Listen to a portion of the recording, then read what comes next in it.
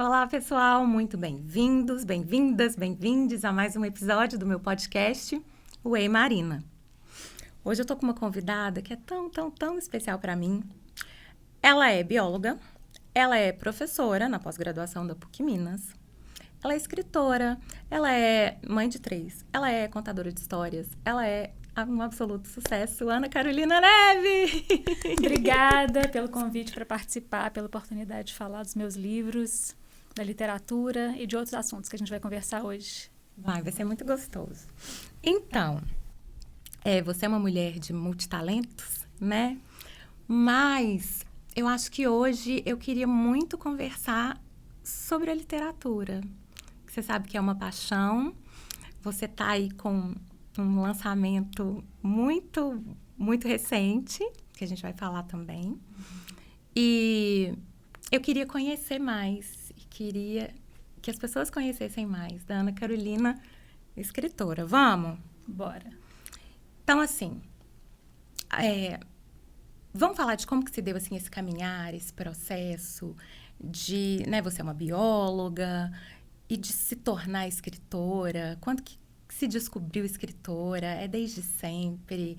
É uma chave que virou? Conta isso aí pra gente, como é que é?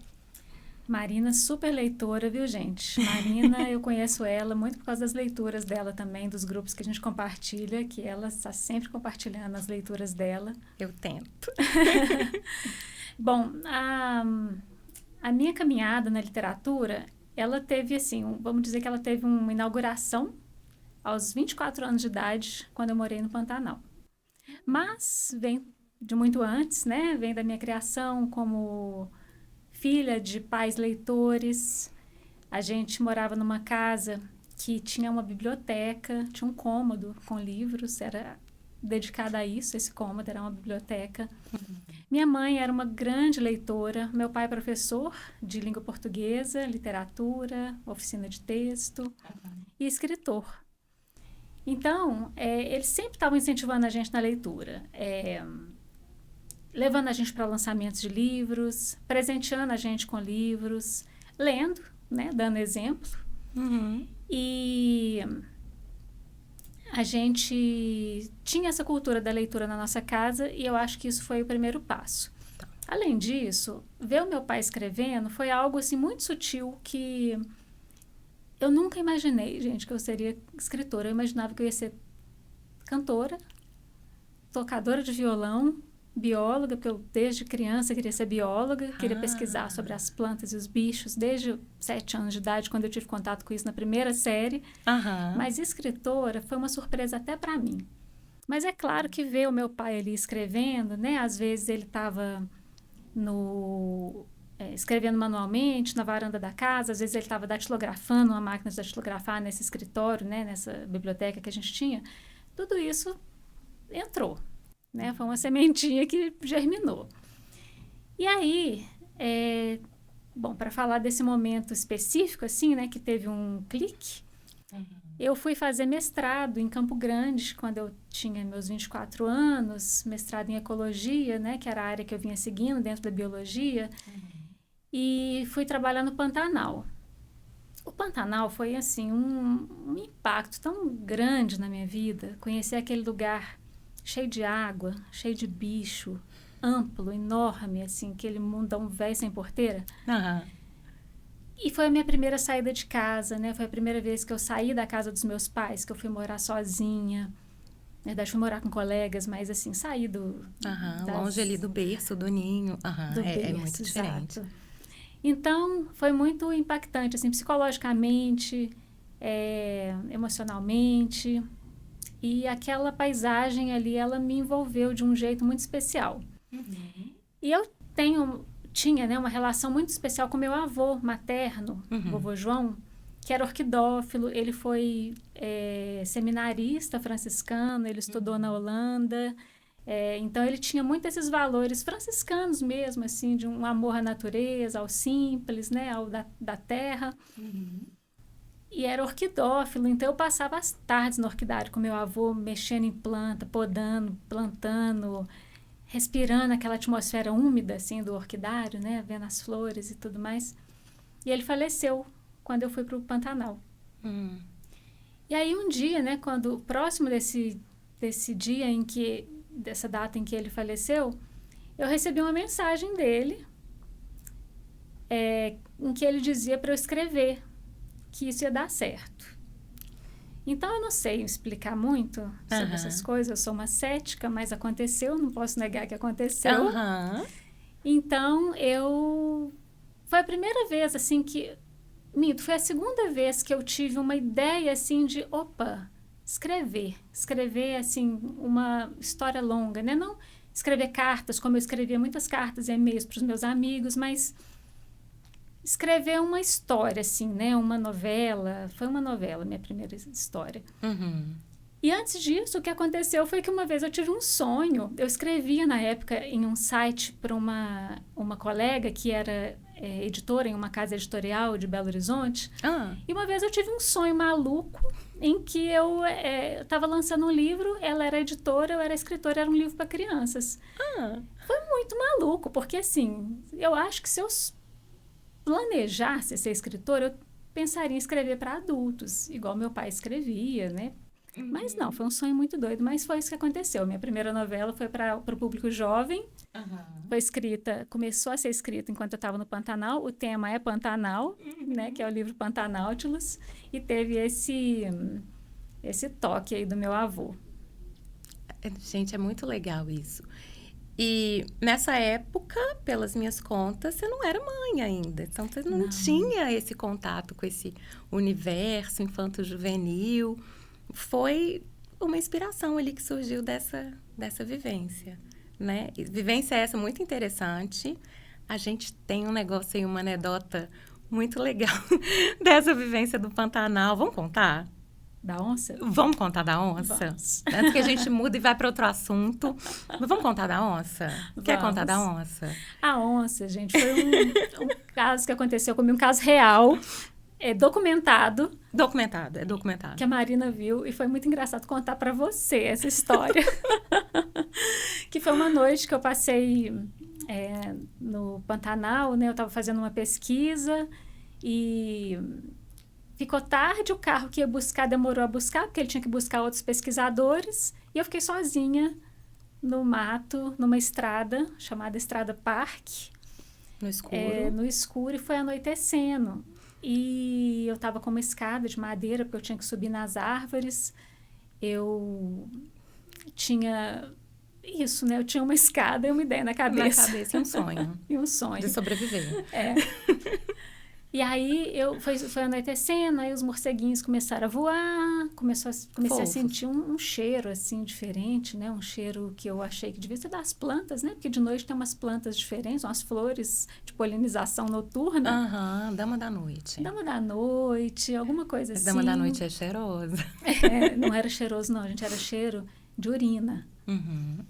E aí me ocorreu que os carnívoros, os animais carnívoros, eles têm cheiro de urina, por causa do metabolismo da proteína, né, da carne, que estava sentindo aquele cheirinho ali no ar. E aí eu comecei a pensar se não tinha um animal, um lobinho, uma onça, me seguindo. Eu fui para o meio da estrada, porque era o mais distante que eu tinha das duas margens, nas duas margens só tinha mato. Fui para o meio da estrada, carregando minha escada, e fiquei cerca de 1 hora caminhando nessa estrada. De vez em quando passava um carro. De vez em quando mesmo, passaram 2 nesse tempo, nessa 1 hora que eu fiquei lá.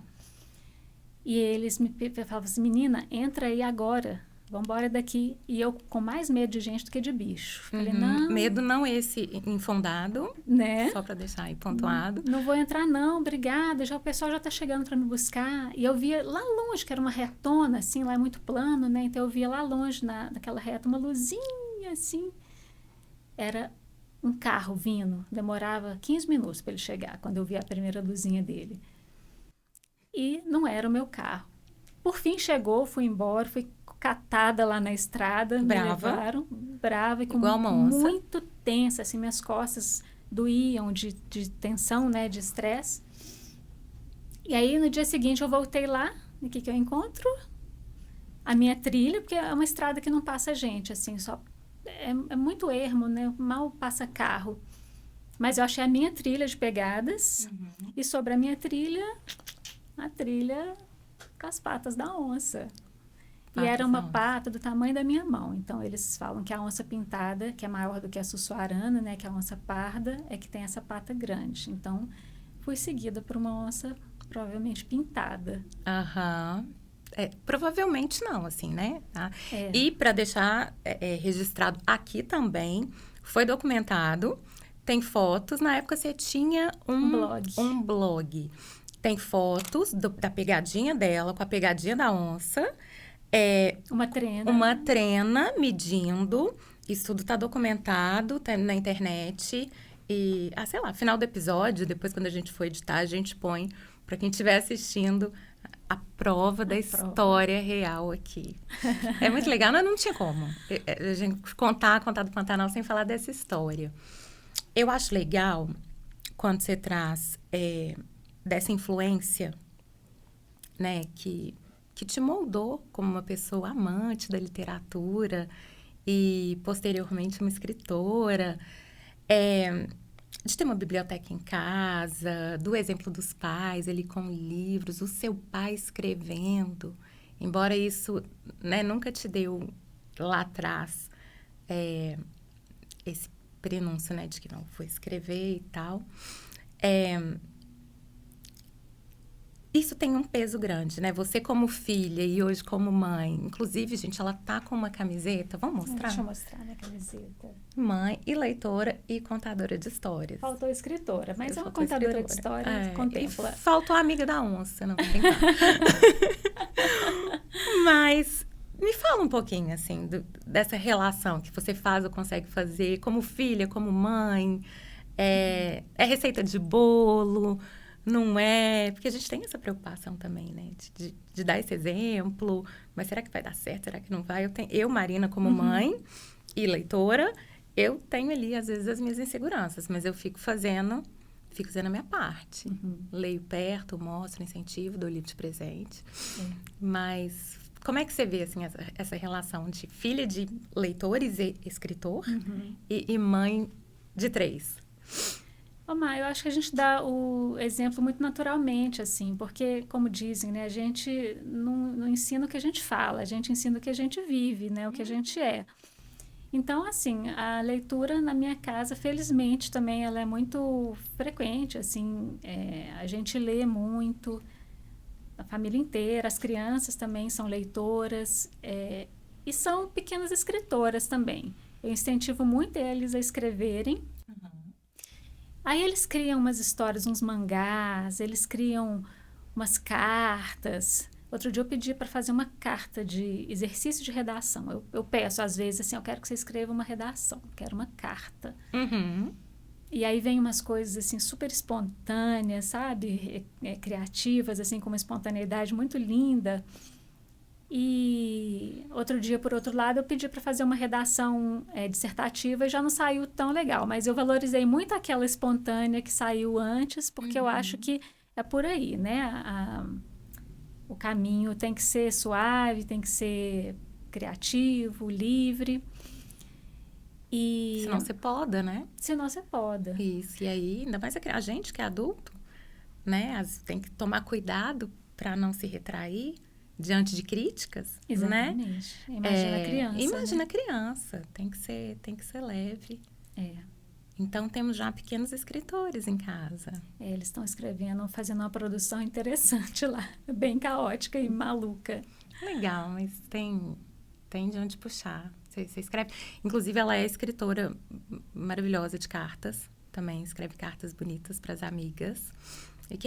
E você falou da música, né? Também vou deixar registrado. Ela toca violão e canta, assim, lindamente, docemente, né? Tá. Aí teve isso, essa virada. Estou no Pantanal, estou fazendo um mestrado. A onça me perseguiu e comecei... E lá mesmo você começou a, tipo, esboçar as primeiras páginas. Assim, quando você... Teve um momento que você sentiu, assim, está nascendo alguma coisa de fato, assim. Tem algo real que está nascendo aqui. Teve isso ou não? Não, assim, alguma coisa, vamos dizer, que depois fosse se tornar profissional. O que teve foi um projeto que foi para o mundo, assim, para o mundo que eu digo, para minha rede, né, de amigos e de colegas, mas foi a primeira vez que eu mostrei meus escritos, porque até então eu tinha essa correspondência com amigos, né, uma carta ou um e-mail que eu mandava para os colegas, mas era uma coisa mais intimista. Teve um momento lá que, quando eu cheguei no Pantanal, eu vivia... Gente, cada dia era uma aventura. Era uma aranha gigante que eu via, era um bando de aves maravilhosas, assim, cor-de-rosa, sabe? Era tão impactante.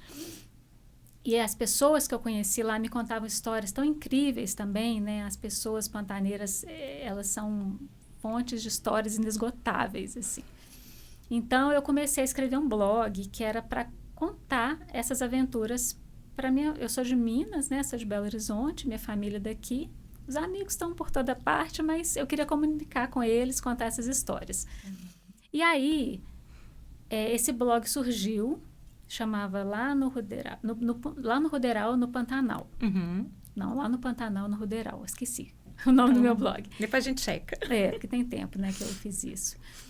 E aí eu contava as aventuras que eu estava vivendo lá. Isso foi, assim, vamos dizer assim, um passo adiante, porque eu mostrei a minha escrita para mais gente. Pela primeira vez. E isso sempre foi uma questão para mim, assim, mostrar suas entranhas, né? Porque a escrita, ela é muita intimidade, é muito suas entranhas mesmo, seus sentimentos, seus pensamentos, suas crenças, e aí você... Se expõe, se vulnerabiliza. Se expõe e fica, né, ali às vistas de todos. Então, isso foi um passo. E aí, eu comecei a fazer uma pesquisa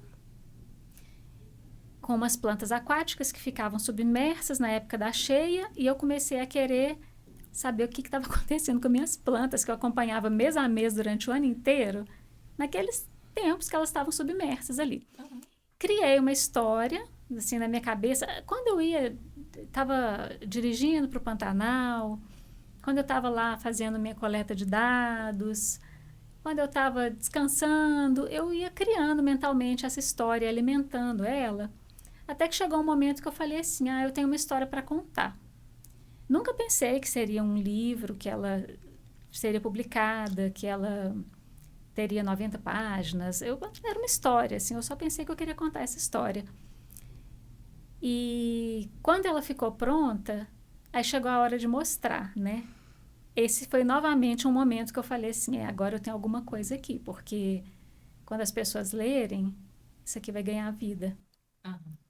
E então foi nesse momento que eu senti assim que eu tinha algo em mãos, sabe? E eu não me chamava de escritora, porque para mim eu só poderia me chamar de escritora quando publicasse esse livro, essa história. Então era uma bióloga no Pantanal, muito encantada, muito ali dentro do clichê, inspirada pela natureza, com uma história para contar. E que se deu a conhecer e que foi encantando. Como é que foi esse processo, assim? Tem uma história, tá o blog, o meu núcleo ali já tem algum conhecimento. E daí? Como é que a gente passa disso para o que você mesma acha que é um ponto onde você pode falar de si? Sou escritora. Sou escritora. Como é que foi esse caminho? E, assim, como é que é esse caminho, né? Muita gente não conhece, assim, tem pouco conhecimento, né? Sobre como se dá uma publicação, como se dá uma publicação no Brasil, literatura infanto-juvenil. Conta pra gente. Olha, são vários caminhos possíveis, assim, não são muito fáceis, eu confesso que não são muito fáceis, né? De você escrever uma história até você conseguir uma publicação. Hoje em dia tem outros caminhos possíveis, tem autopublicação, mas não é um caminho tão fácil. Mas o meu, primeiro eu produzi, né, esse material e aí mostrar para as pessoas. Então eu mostrei para uns 5 leitores críticos que eram pessoas do meio literário. Então uma era uma cunhada formada em letras, o outro era um escritor, o outro também era um escritor, que eram colegas do meu pai de trabalho, né? E a primeira coisa foi isso, receber as críticas. Então, eles leram, me fizeram críticas, né, sobre esse material que eu entreguei para eles, algumas muito interessantes, assim, que foram muito fundamentais, assim, para essa construção, né? Por exemplo, o Sérgio Fantini falou que o meu protagonista era um homem, era um menino. Ele falou assim, uma protagonista menina é legal. Por que você não investe nisso? Eu falei assim, gente, é claro, né? Por que não? Eu, uma menina no Pantanal, contando a história de uma personagem no Pantanal, por que não ser uma menina? Que interessante. Mas não sei te explicar por que eu pensei como um menino a princípio. O Antônio Barreto, que foi outro leitor, também é um escritor, ele me deu simplesmente o título do livro, né? Ele falou assim, por que esse submarino que explora o Pantanal não se chama Pantanautilus? Homenageando o Júlio Verne, né? O Nautilus das 20 mil léguas submarinas. E então, assim, eu recebi várias contribuições. Que fantástico. E aí eu tive, então, um material melhorado. Né? Então, esse é um passo que eu acho que todo mundo deve buscar. A opinião, né? A crítica apropriada, qualificada. E depois enviar para a editora. Né? Eu tive... o meu primeiro livro, ele foi apresentado por um colega escritor a uma editora, que facilitou muito o caminho, assim, porque senão você entra numa fila, que depois, ter tido nesse primeiro momento esse furo de fila aí, foi muito bom, mas não significa que nos meus outros livros eu não tenha passado por filas, porque passei por filas de 2 anos, né, esperando meu livro ser avaliado por uma editora. Mas naquele momento eu tive essa oportunidade de ter sido apresentada, né, para a editora e saiu a publicação. Mas outros caminhos possíveis são os concursos literários, né, tem muitos concursos literários de qualidade, assim, alguns que têm como premiação a publicação. Enfim, tem caminhos possíveis. Legal. Falando ainda da literatura infantil juvenil, você está há quanto tempo já como escritora? 15 anos. 15 anos. Olhando para esse, posso chamar de nicho? Na minha linguagem aqui, corporativa. O que mais te fascina? O que mais te agrada, te dá mais prazer em trabalhar com literatura infantil juvenil? E eu queria também saber o que mais te incomoda, se é alguma coisa, o que não é...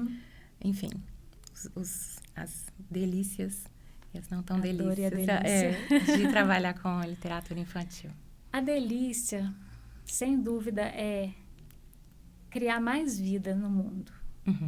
O Manuel de Barros, poeta, né, pantaneiro, ele tem uma frase que ele fala assim, pois que criar amplia o mundo, ou algo assim.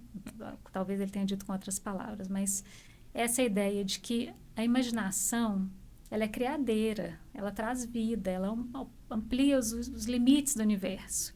Então, você põe novos personagens no mundo que vão enriquecer o mundo, você põe novos cenários, novas histórias que vão ampliar o mundo. Isso é a coisa mais deliciosa de se escrever. Você ter essa noção de que...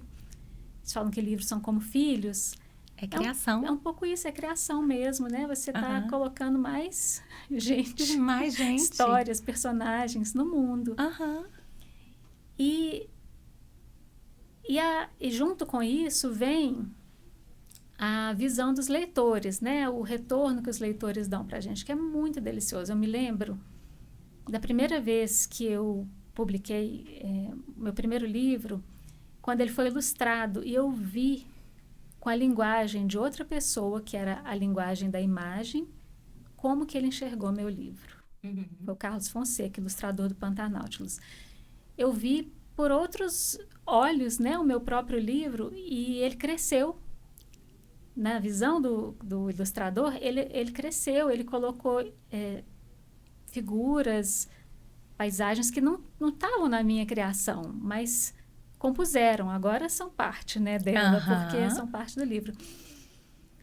Então, às vezes, algum leitor te dá um retorno sobre o livro, ele te fala o que pensou, o que achou, e é muito, muito rico. Teve uma criança, uma vez, eu fui numa escola, e aí tinha uma fila, eu fiz uma palestra, no final tinha uma fila para autografar os livros deles, e uma menina, ela ficou ela era a última da fila.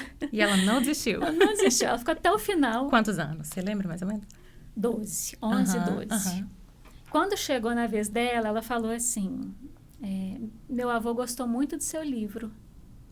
Eu falei assim, que legal, seu avô leu? Ela falou assim, não, eu li para ele está no hospital. Então, assim, esse retorno é de uma riqueza, assim, é tão delicioso. Agora, você perguntou das dores também, né? Sim, sim. Eu acho que a maior dor é saber que a literatura infanto-juvenil é considerada uma literatura menor, de menos valor, mais pobre. Né? Não sei muito bem o que passa na cabeça de quem avalia dessa forma, mas, sem dúvida, tem muitas pessoas que pensam que é uma literatura menor. É uma literatura que tem muita pesquisa por trás.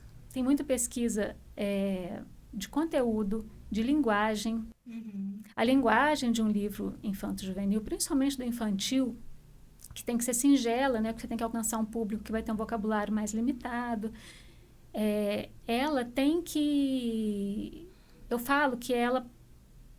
Eu não sou poeta, mas eu falo que o fazer da literatura infantil, ele é parecido com o dos poetas, em que você tem que comunicar muito com uma síntese muito apurada. Você tem que ter uma escolha de palavras muito bem feita, né? Você tem que conseguir comunicar de forma bela e compreensível com aquele público que tem um universo, né, que está em expansão. Então, eu acho que é triste saber que tem essa visão, né, que pensa a literatura infanto-juvenil como menor. Por outro lado, mas corroborando ainda com isso, você vê um movimento assim de críticos à literatura infanto-juvenil, que são pessoas que acham que ela, às vezes você vê algum caso assim de um grupo de pais que criou caso com uma escola porque a escola adotou um determinado livro. Aí você fala assim, bom, esse pessoal acha que essa literatura tem muito poder, né? Porque eles acham que ela pode, assim, doutrinar as crianças. Sim. Então, tem esse outro lado. É confuso, né? Qual que é o lugar da literatura infanto-juvenil, então? Ela é uma coisa ali ínfima, sem importância? ou ela tem esse poder todo? Quer dizer, ela não está sendo bem avaliada, porque não é uma coisa nem a outra, né? Mas eu fico mais com o lado do poder. E é interessante, eu estou te ouvindo falar, quando você falou do criar, né? Colocar mais vida no mundo. Até lembrei lá do comecinho, você falando das crianças, das suas crianças, e como que o processo com elas tem que ser leve, porque... E aí eu estou imaginando, e você falando do seu público, e de... É aquilo, né? A história, ela é de quem conta, né? Então, imagina quantas e quantas vezes os seus livros foram e serão, e só os que você já escreveu, fora, né? Os que ainda virão. Os que ainda virão lidos, e que cada indivíduo, acho que até mais, porque acontece comigo, certamente com as crianças e com todo mundo, a cada vez que aquela mesma história foi lida, às vezes até pela mesma pessoa, criança ou não, é criação, né? É uma coisa, nossa, é muito potente. É muito forte, é muito potente. É potente, que vai criar imaginários, assim, que vão permanecer, né? Que vão, talvez, marcar gerações, né? Alguns livros marcam gerações. Outro dia, uma amiga minha que morou em Cuiabá, ela tem um filho e ele tem um hiperfoco em tecnologia. E ela falou que ia levar ele para conhecer o Pantanal. Aí ele falou com ela assim, a gente vai de submarino? E aí, assim, eu fiquei no primeiro momento pensando, porque o hiperfoco dele é tecnologia. Mas não, é porque ele leu o Pantanal. Livro. Ele leu esse livro. Então, isso entrou no imaginário dele. Sim, com certeza. E me conta, de lá pra cá, o que mais que a gente escreveu? Vamos dar o serviço aqui logo? Vamos. Vamos lá, vamos falar. Você quer falar na ordem? Vamos na ordem. Né? Primeiro, então, Pantanautilus. Segundo foi Espia das Montanhas, que foi um livro que eu escrevi durante o meu doutorado, que foi nas montanhas da cadeia do Espinhaço, em Minas Gerais. Mais uma vez, no clichê de ser inspirada pela natureza. Que potência. É uma história que se passa em uma comunidade de apanhadoras de flores sempre vivas. que são comunidades que existem em algumas regiões aqui no Espinhaço, em Minas Gerais, né? Uhum. São comunidades tradicionais e a história se passa nesse ambiente. Depois veio A Lagarta e a Cobra, que aí foi meu primeiro livro infantil mesmo, porque esses outros dois são juvenis. Sim, foi o primeiro que eu li por causa da idade do Augusto na época. E teve a ver com as histórias que eu criava para os meus filhos, né? Porque aí eu já era mãe, quando eu escrevi esse livro eu já era mãe, e eu inventava umas histórias para contar para o meu filho mais velho, e algumas eu até registrei, assim, eu escrevi elas, mas que se tornou livro mesmo foi essa, A Lagarta e a Cobra. Que lindo. E agora temos A Que Horas Meus Pais Chegam, que é infantil também, que é uma história que é sobre a espera dos pais retornarem para casa ao fim do dia, depois do trabalho, né? São duas crianças em contextos socioeconômicos diferentes, em territórios diferentes, que estão ambas esperando pela chegada dos pais e numa angústia, né? Uma angústia que ela é crepuscular, assim, ela tem a ver com o fim do dia, é ancestral. Minha mãe fala que ela sentia isso quando morava na fazenda. E a mãe nem trabalhava fora, mas ela sentia a angústia, né? E aí... Crepúsculo. Crepúsculo. E aí, essas crianças estão nesse crescendo, assim, de angústia e se ligam no ambiente ao redor deles, na cidade, nos ofícios da cidade, os movimentos que acontecem ali naquele ecossistema no entorno deles, enquanto o tempo passa, eles vão observando tudo ao seu redor. Muito legal. E essa é a sua primeira história que se passa nesse ambiente, né? Urbana.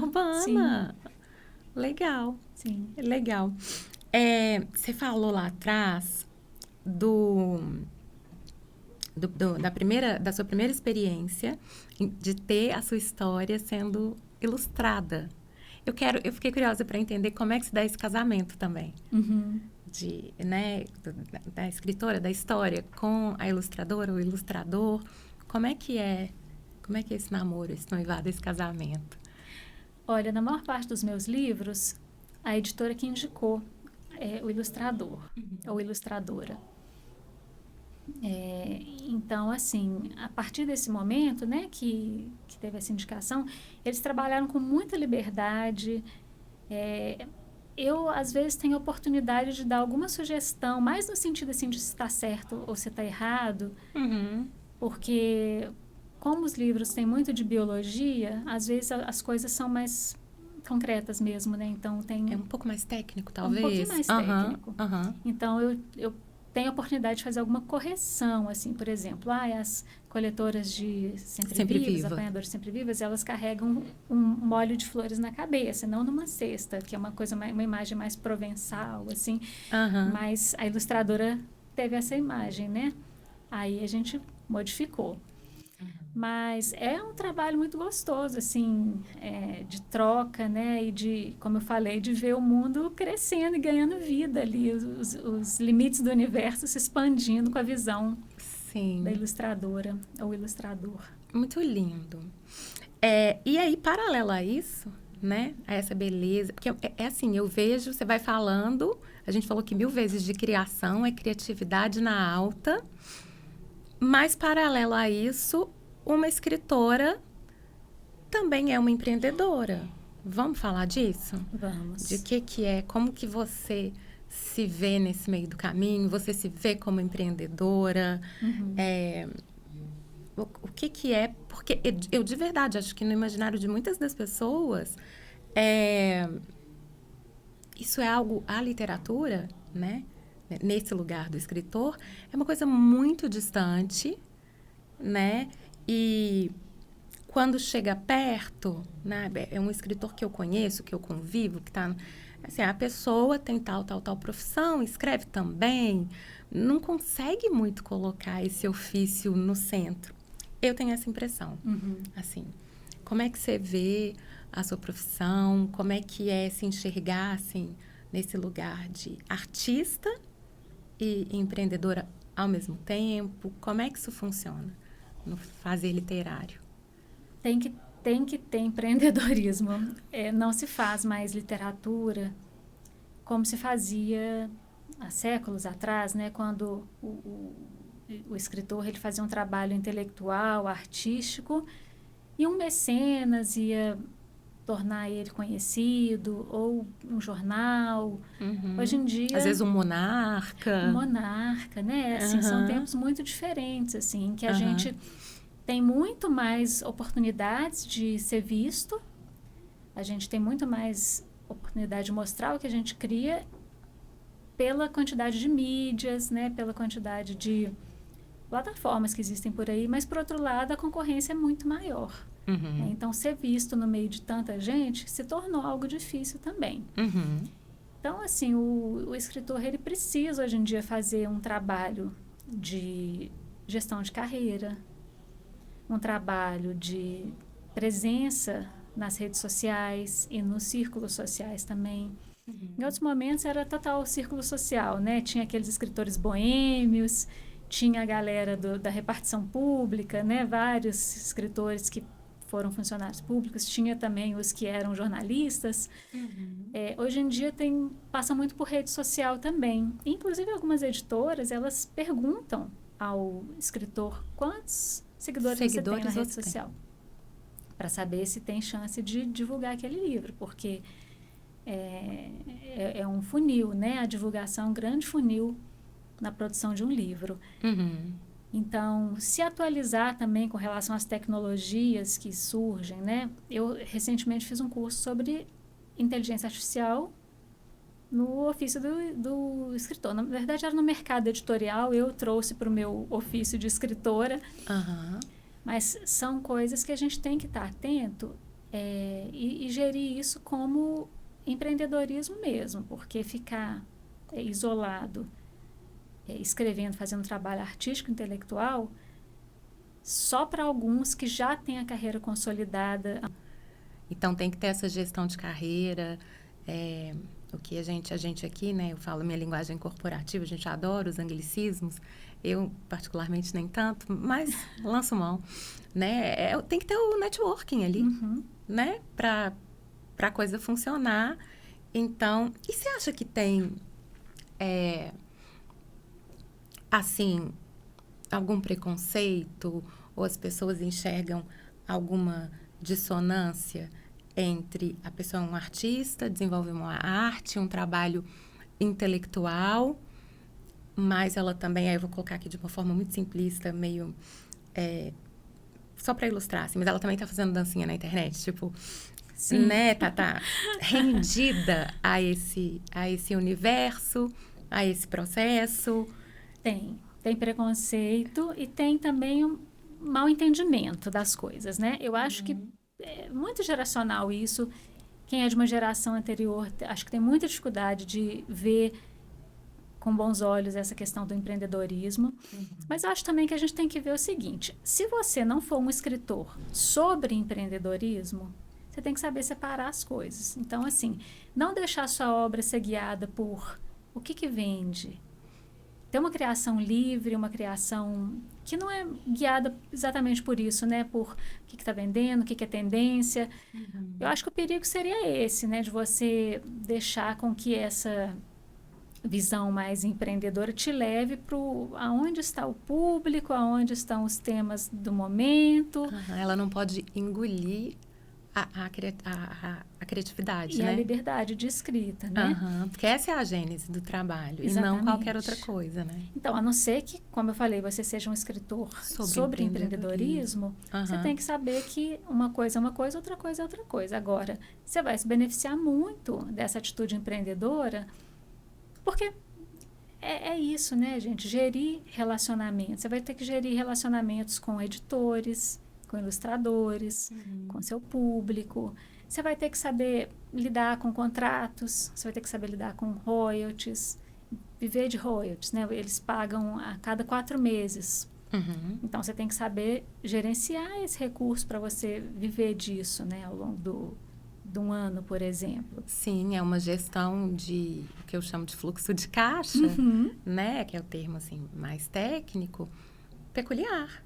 Né? Tem muito empreendedor nesse mesmo cenário? Tem, né? Empresas com alguns contratos específicos, eu tenho muitos clientes assim, mas é uma peculiaridade gerencial financeira desse ofício que é majoritariamente artístico e criativo. Muito legal. E aí, assim, tem escritores que vão ter também outras receitas, né? Então, porque viver de royalties é difícil.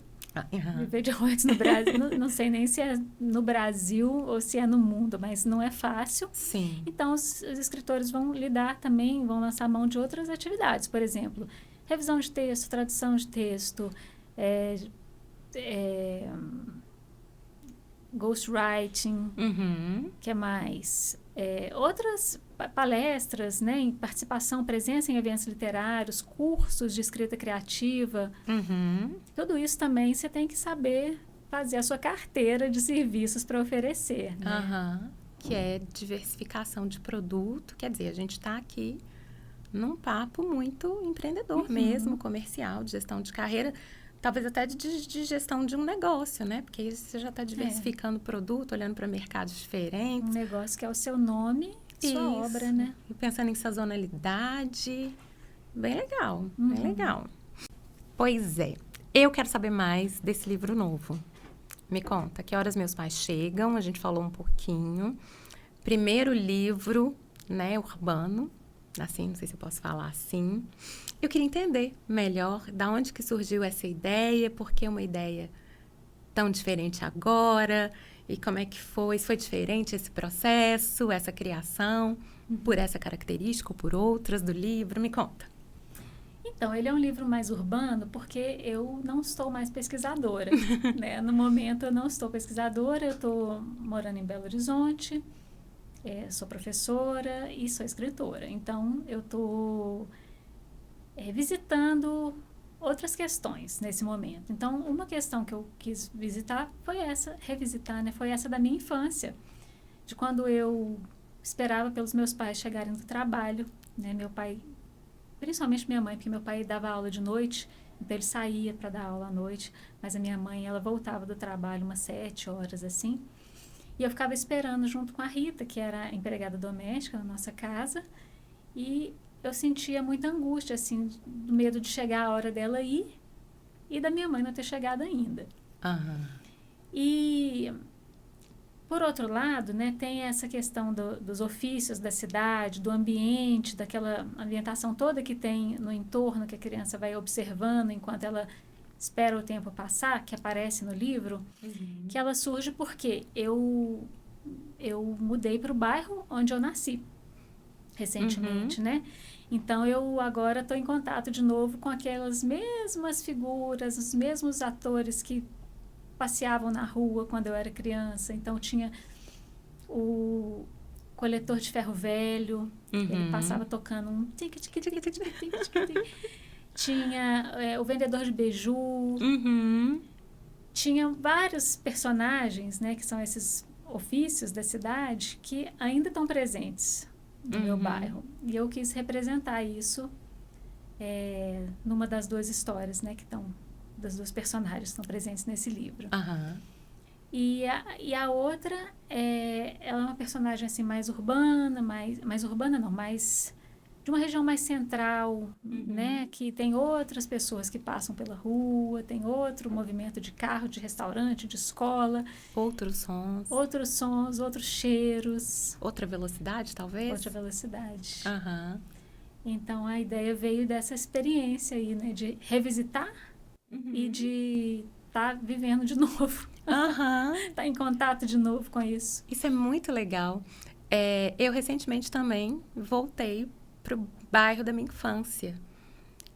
Que é em outra região da cidade, né? E é muito interessante. Isso, para mim, fica muito marcado. Eu trabalho muito em home office, especialmente na parte da tarde. E aí tem assim, naquela posição do sol, que significa aquele horário da tarde, vai ter talvez aquele cheiro ou aquele barulho sei lá, a buzina do moço, sabe o moço que passa vendendo pão, aquela bicicleta? Ele tem uma buzina específica que, se você não se deu conta do horário, o tempo passou, você escuta aquele barulho, você sabe que horas são, né? A Ave Maria, que toca na igreja às 18 horas, são esses marcadores, assim, você quase que se orienta. Assim como na natureza você se orienta por ela, né? Você sabe que tá escurecendo, tá na hora da onça chegar ou não. Os Mas na morcegos. cidade, os morcegos, né? Na cidade também, né? É exatamente isso. Estou até achando interessante você ter as mesmas referências que eu tive e que Aham. algumas dessas aparecem no livro, como a Ave Maria. Pra mim é muito marcante. Às vezes eu tô no meio de uma coisa e, sei lá, 6h30, tem que buscar a criança na escola. E aí começa a Ave Maria, eu falo, nossa, já são 6 horas, eu não vi, deixa eu terminar isso aqui logo e tal, pra não atrasar. Muito legal, muito legal. E a gente tá aqui hoje, né? A gente tá gravando aqui, finalzinho de junho. A gente tá às vésperas, literalmente na véspera do lançamento desse livro. Então, você que vai assistir aí esse episódio depois no YouTube, quando você assistir, esse lançamento já vai ter acontecido. Eu vou estar lá prestigiando com várias pessoas especiais que a gente conhece, Sim. com as crianças todas. E vocês vão ter o privilégio de assistir ao episódio, escutar todo esse papo aqui maravilhoso e ainda ver registros que eu vou fazer amanhã, lá durante o lançamento. Vocês vão entender como é que foi e né? Ter uma ideia, assim, uma imagem. Mas eu queria saber também, como é que é isso, lançar um livro? Como que organiza um lançamento de um livro? Como que é essa etapa do processo? Assim, como que é esse fechamento? Lançar um livro é literalmente uma festa, porque assim, o trabalho criativo, ele é caseiro, ele é solitário, ele é intimista, ele é introspectivo. Então, a gente fica, às vezes, anos escrevendo um livro e eu tenho uma curiosidade sobre as minhas datas de lançamento, é que eu lanço de 5 em 5 anos. Não sei porquê, mas assim que tem sido. Uhum. Independente se o livro tem 90 páginas ou se o livro tem 30 páginas, tem sido de 5 em 5 anos que eu tenho lançado. Ok. Então, é um trabalho assim, muito intimista e, de repente, você joga ele para o mundo, né? Você leva ele para o mundo. Então, você vai ter as crianças lendo, você vai ter os mediadores de leitura lendo, né? Os pais, os professores, os bibliotecários, todo mundo lendo. É muito delicioso, assim, porque a literatura, ela tem... A gente estava falando sobre empreendedorismo, sobre a dificuldade de viver de royalties e tudo, mas tem também um peso que é psicológico. Às vezes você está lidando com um tema difícil, você fica ali invernado naquele tema, lidando com aquilo por dias, por meses, por anos, às vezes. Tem um peso psicológico também, né? Emocional. E quando você chega nesse momento da festa, né, do lançamento, é muito gostoso, assim, ter o retorno das pessoas, ter essas histórias, né, igual a história que eu contei da menina que leu o livro pro avô. Pro avô, meu avô gostando, é muito lindo isso, muito lindo. Aí você vai tendo esses retornos das pessoas que leram, cada um formando a sua história ali com o livro. É muito gostoso. E aí, assim, a gente organiza um evento de formas que tem uma atividade para as crianças. A gente vai ter, nesse dia, né, uma atividade de criação com ilustração para as crianças. A ilustradora do livro é de Recife, ela não vai poder estar presente, mas a Bruna Lubambo, que é uma outra ilustradora muito craque, que é a dona da livraria, onde vai ser o lançamento, ela vai estar lá mediando essa oficina e eu vou estar dando autógrafos. Vai ser lindo. Vai ser lindo, vai ser um sucesso. E aí, a partir daí, tá o livro no mundo e vende. Quem quiser, vamos fazer um jabá? Vamos. Então, o livro, por enquanto, eu não sei em quais livrarias ele vai estar à venda, porque é muito novo, né? Mas na livraria da editora, a editora chama Peirópolis. Você dá um Google, Peirópolis, você vai encontrar a loja da livraria, lá ele está à venda. Tá, a gente deixa também depois, né, na tela, para vocês saberem. E quem tivesse interessado, quiser conhecer a sua obra toda, como é que faz? Para comprar, para ler? Eu tenho um site que tem lá os livros, tem a sinopse dos livros, tem um pouco sobre a minha biografia, sobre alguns comentários que algumas pessoas fizeram sobre os livros. E, infelizmente, só 2 tem um botão de compre, que vai direcionar para as editoras, né, que tem lojas virtuais. A Lagarta e a Cobra, que tem a Crivo, né, que a editora Crivo tem o site de vendas, e a Peirópolis. Os outros dois, Espia das Montanhas e Pantanautilus, eu sugiro comprar na Amazon, que é o lugar mais fácil de encontrar. Ok, então a gente deixa essas dicas também todas na tela. Vamos deixar o que mais? @ no Instagram. @ a Ana Carolina Neves, é meu Instagram. Eu posto lá algumas coisas sobre literatura, sobre meu momento de criação, às vezes algumas coisas pessoais mesmo. E no momento eu tô dando notícia lá sobre o lançamento. Ok, lindo. Ai, obrigada. Eu amei. Eu que agradeço. Obrigada mesmo. Muito sucesso. Eu que agradeço. Obrigada de Muito novo gostoso. pela oportunidade. Muito gostoso conversar. Eu adoro esse podcast, eu sou ouvinte. Linda. Obrigada. Bom, pessoal, esse foi mais um episódio do Ei Marina. Espero que vocês tenham gostado. Eu tenho certeza que vocês gostaram. Obrigada por ter ficado até aqui com a gente, até o final. Um beijo e até a próxima. Tchau, tchau.